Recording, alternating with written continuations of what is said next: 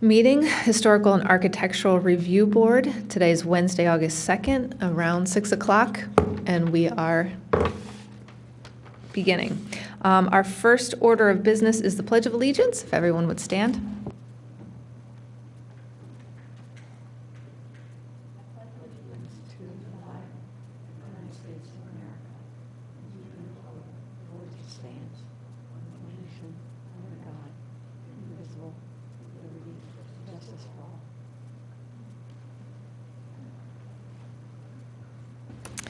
All right, we have new business tonight of HARB 2017-15, which is 328 St. David's Road, renovation of existing home and addition of detached garage. If you'd like to come up and tell us a little bit about the project.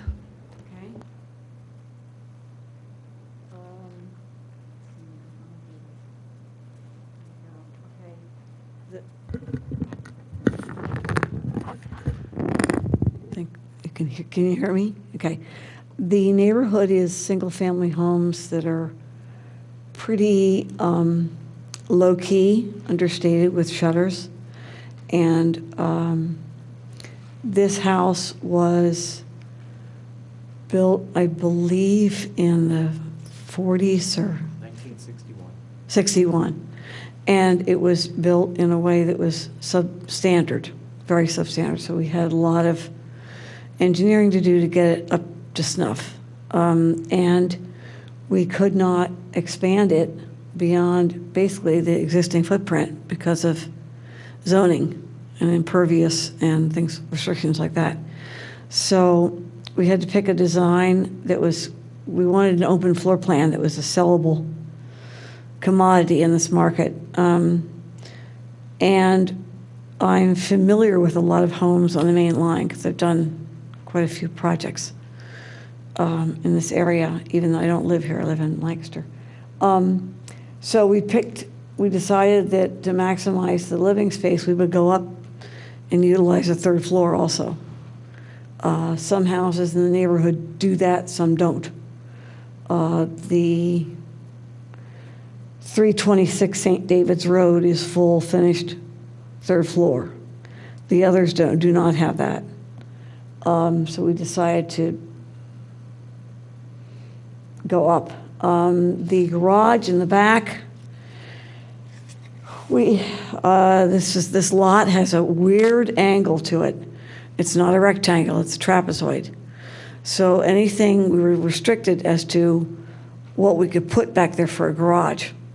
So we just did the minimal that would have been like a little detached garage in one of these old houses you might have seen somewhere, and with some storage for a mower, and that's about all we could fit without angling the garage and making it look funky, you know.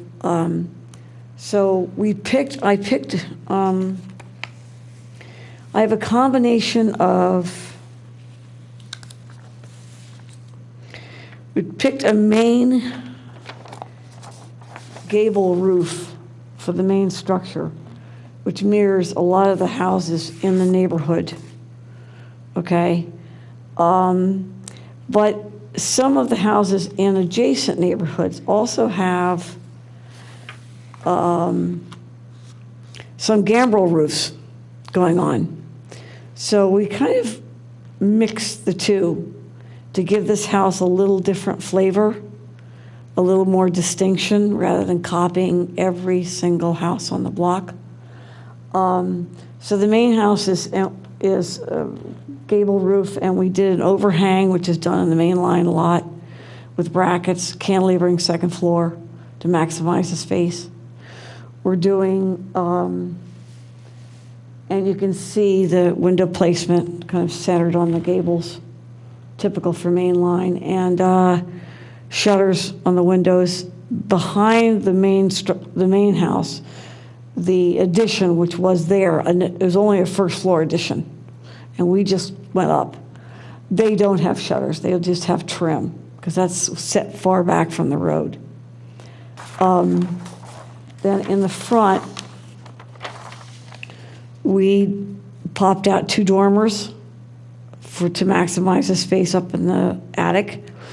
And I wanted to do we needed to squeeze some more space out of it to get a bathroom and do some other things. So I did a pop-out, which is a gambrel roof, which you see on the main line quite a bit.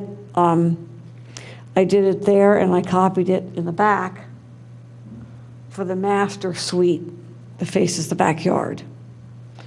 The windows, we chose heavy mullions. We're going to do simulated divided light. The front door is going to be a heavy front door with simulated divided lights around it. Shutters will kind of copy what's in the neighborhood. We mixed, I didn't want completely stucco house. So we mixed clapboard siding, traditional clapboard siding with stucco on the upper part, just to give it some interest. Otherwise, it was going to look like everyone else's house. Typical shingle roof will be architectural grade, dimensional shingles.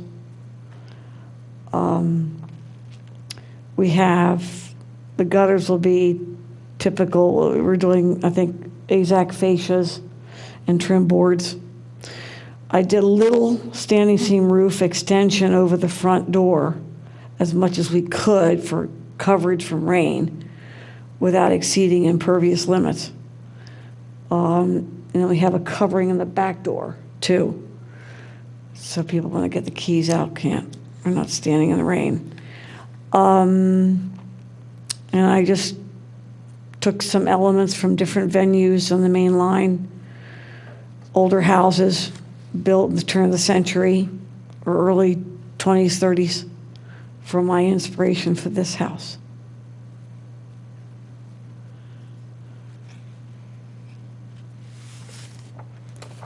Could you go a little bit more in detail with the garage in particular? The garage. Okay, the garage is the main roof system is a gambrel roof, again mirroring the front, and then it has a little extension on it, comes out, which is the same gable roof as this, and it's a cute little bungalow type garage that fits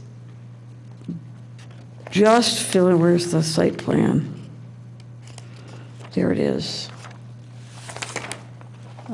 There it is. Okay, so this is the rear yard. This is the restriction we had. This is where, if the lot was a rectangle, we would have done a lot more back there, but we couldn't because of our setback. We couldn't exceed that for a garage structure. So we did a little L-type garage, which gives someone one car. Now, people could park their cars around here, but for one car, that's all we could fit in there. We could have done a much bigger garage at an angle, but it would have been funky looking from the street, which we didn't really want. So this garage would be visible from the driveway that's there? When Yes. you look at the house in the front? You can see it. It's just tucked behind the house. Okay. Just tucked behind. So if someone's driving down here, you could possibly see a little corner of the garage. So front of mostly it. it's going to be in back of the house in a way? Yeah. Okay. But I wanted it to be architecturally consistent with the house. Okay. Thank you. I like your consistency. I think that the issue I'm having is the gamble. It's a 1961 Center Hall Colonial, and it's a little bit jarring to see the gables as well as the gamble, and particularly the gamble. I mean, it to me, it doesn't. It's not taking necessarily a reference or a cue from The neighbors. the others, from the neighbors, even the neighbors, perhaps not the immediate neighbors, but the neighbors that have them. In a lot of cases, they're offset. In a lot of cases, there are other details that go into it that make this one stand out, that doesn't quite look like it's, my brain's still trying to just put this together and figure it out. Okay. I just, I mean, we can easily change it to a gable. well, I mean, roof that's there. for you to just, to discuss with your clients. Right. Can I comment on this? Yeah. And I actually had written this down because I felt the way you did, Miles. I was initially skeptical of the gambrel roof in front. However, after touring that area on foot, I saw a house on the corner of St. David's Road and South Aberdeen Avenue. That house has several gambrel roofs and has site influence, being on a corner, and it's gorgeous. Yeah. So it's kind of like, and you got, your street that's right there. So with that being said, I'm fine with the gambrel, considering what's already there on the corner with this house with, site influence. Right. I noticed the rest of the other houses there, like you have the Italianate house across the street, you have the Colonial. But considering that property that's on the corner, I'm assuming it's a contributing property, has several Yeah. gambrel roofs. And again, it's gorgeous and it's right in view, it's visible. So as you turn the street and then you see that, and then you go down a few doors, you see this. For me, I find it acceptable. That was my thinking, to make this stand out a little bit from the rest of the houses, but Without going into too much of it. Right. You know. right, we didn't want to make the whole thing gambrel. I mean, really, like some of the old turn-of-the-century architecture where you got multiple gambrel roofs, like going all different directions. That would have been overkill, so. I have a question about the scale of the final product. It's hard for me to tell, but it looks like this roof goes a lot higher than where the what are these called? Gables. Than where the gables are coming out, compared to, like, for example, 326 St. David's Road. If you look at that house, how much roof you see above the gables is not that much, and I don't know if it's just a drawing, so I can't quite tell, but could you speak to maybe the pitch of the roof and Okay, then the eventual size of the house? That is an optical illusion. When you do, obviously, an elevation, you're looking straight on. The photograph is looking from the ground up. So if you analyze the amount of roof left above the dormer on 326, it's approximately double the amount of roof from the soffit up as the bottom. So here I have maybe 2 foot, and here I have less than 4 feet, like 3.5 feet. So in perspective, it will not seem as high, but I know what you're saying.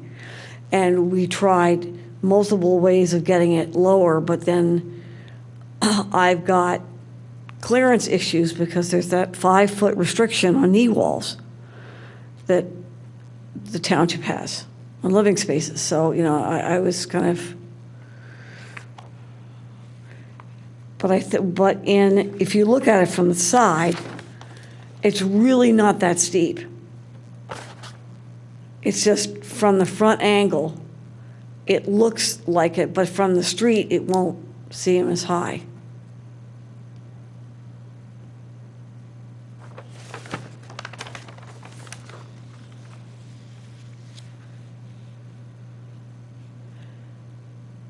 Now, a lot of the other houses in the neighborhoods that don't have finished attics have lower roofs, except for obviously this one.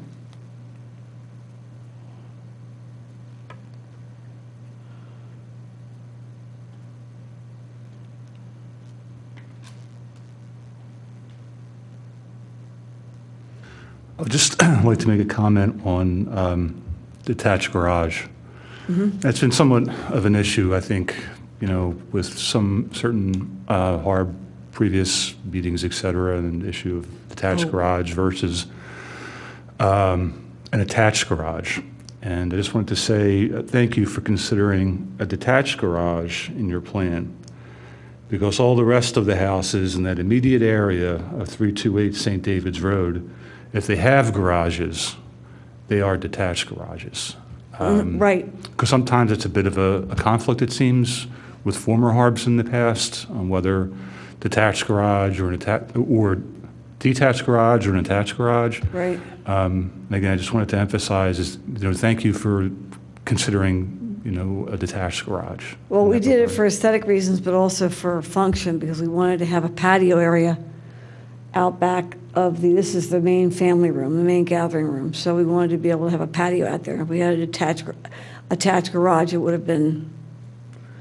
have had to interrupt that space and the beautiful view of the yard.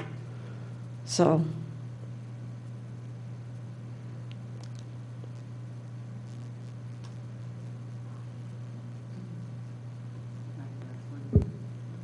Yeah. Not going.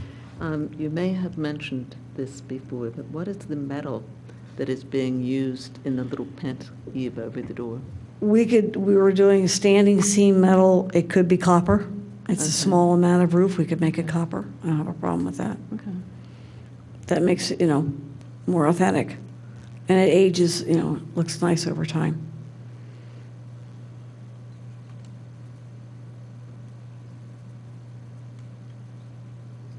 I would also like to add, just considering what's there,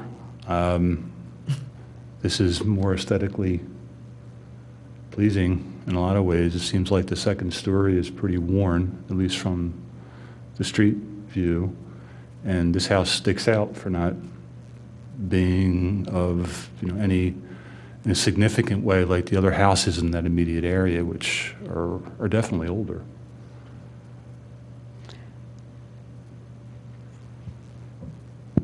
Yes, that's older and that's older. This one might be similar age.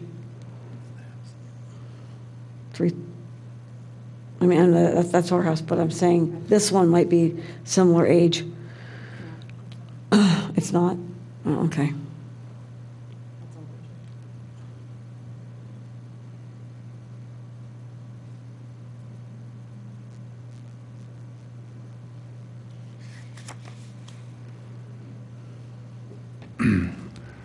I motion to issue a certificate of appropriateness. Do I have a second? All those in favor, please indicate so. Okay, all of us are in favor of this, so we Thank will you. issue your certificate of recommendation. Okay, thank you. Thank you very much for presenting, and good luck with the construction. Thank you, yeah.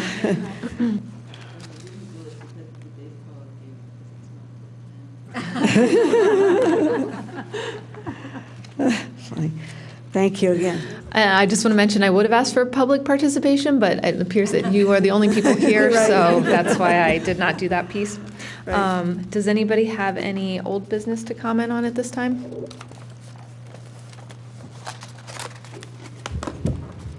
So under the agenda, we had the report on the new harbor ordinance coming from the subcommittee. Unfortunately, Sarah was unable to attend today, and in the email that she sent me, she attached the wrong attachment. So, so what was distributed, we should probably wait on and get her actual report. Sounds good. Unless anyone has any other business, then I will adjourn the meeting. Anything? Okay, this meeting is adjourned. Thank you.